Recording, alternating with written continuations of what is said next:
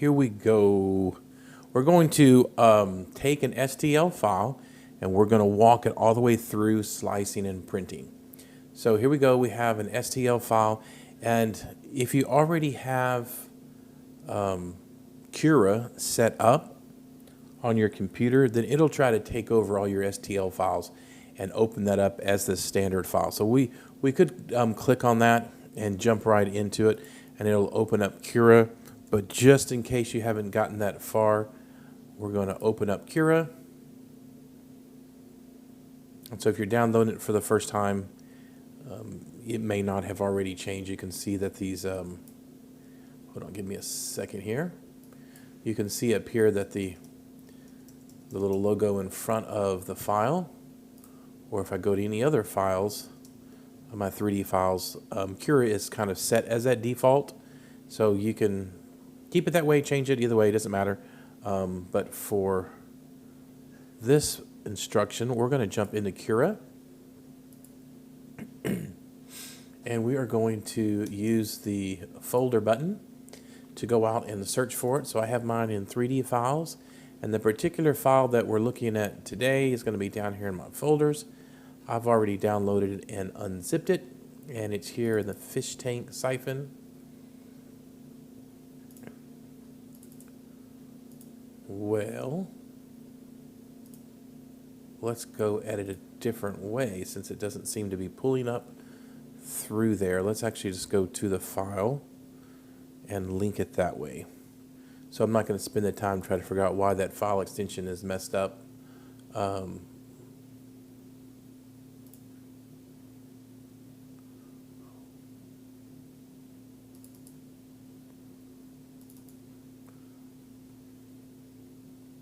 Oh, I see what the problem is. Okay, so when you get a file from like Tinkercad, I'm sorry, from like Thingiverse or Printables or anything like that, it's going to come in as a zip file. You can actually view those files without unzipping it, but as you can see, when I went into Cura,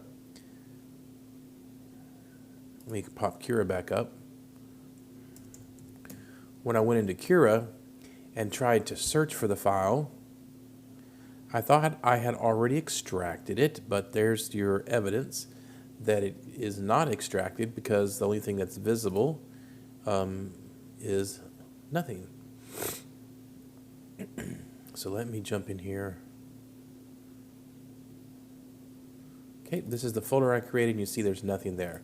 So let's fix that. So let's make sure that we right-click on the file name and extract all, and I'm going to choose that folder where the zip file is and hit extract, and now it's going to do its thing. So if we pop out of here and we jump back into it, just so you can see it, there's fish tank, and the zip file is still there, and then here's the files that we need, and there is the STL file we're looking at. So let's go back to Cura.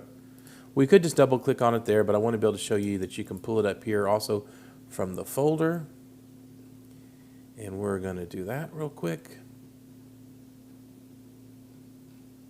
Okay, fish tank, files, and we're going to load this in.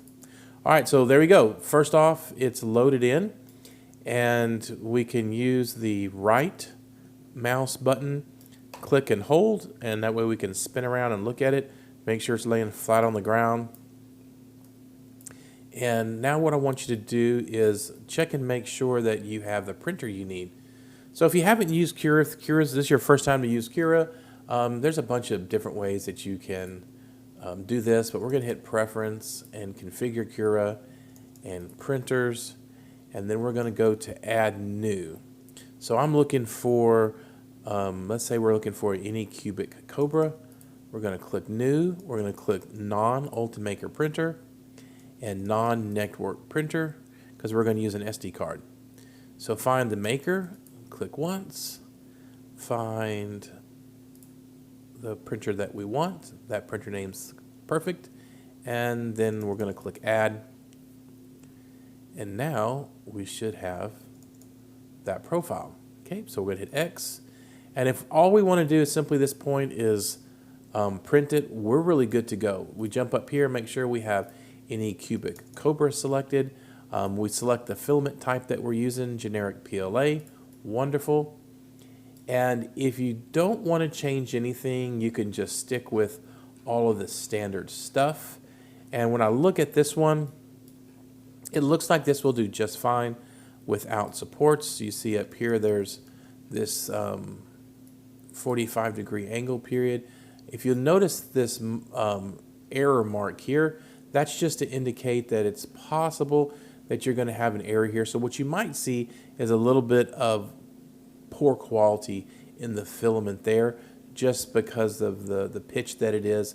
I don't think it's going to be that big of a deal. I think it's going to work out just fine. But what I am going to do is something I really like. We're going to go down here to the bottom, and I've got a bunch of stuff on here. You don't have to have all those. If you looked here in this gear under each tab, I've got all of them selected. Select check all. You can leave that by default. You'll have a whole lot less, but I like to have those available for me because I use them quite frequently. So let's scroll down here, and we're going to do build plate adhesion, and I want a skirt, and I want at least 3 times. And what a skirt's going to do, let's slice that. So right over here where we hit slice, we're going to slice, and we're going to jump into preview, and this is the skirt that you see that goes around it. So this is kind of nice because not all 3D printers will extrude filament before they start printing. And so if you don't use any kind of bed adhesion, which I'm not, this is not really a bed adhesion, this is more of a priming the extruder. This gets out all of the old filament that was in there, if it was a different color or just been sitting in there for a long time.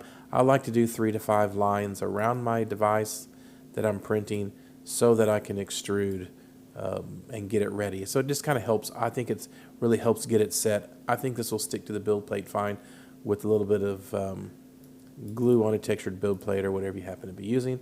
And that's it. Once you've got that done, it is sliced, and you can grab over here and just see that it's doing what you want it to do. If you don't like this infill style, you can change it.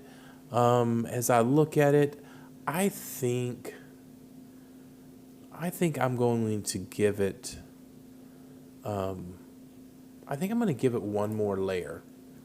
Now that I'm looking through it, I'm going to add one more layer. It's set with 3 layers, but let me change that. That 4th layer will help add a little bit of strength to it. Now, one of the things that you can do,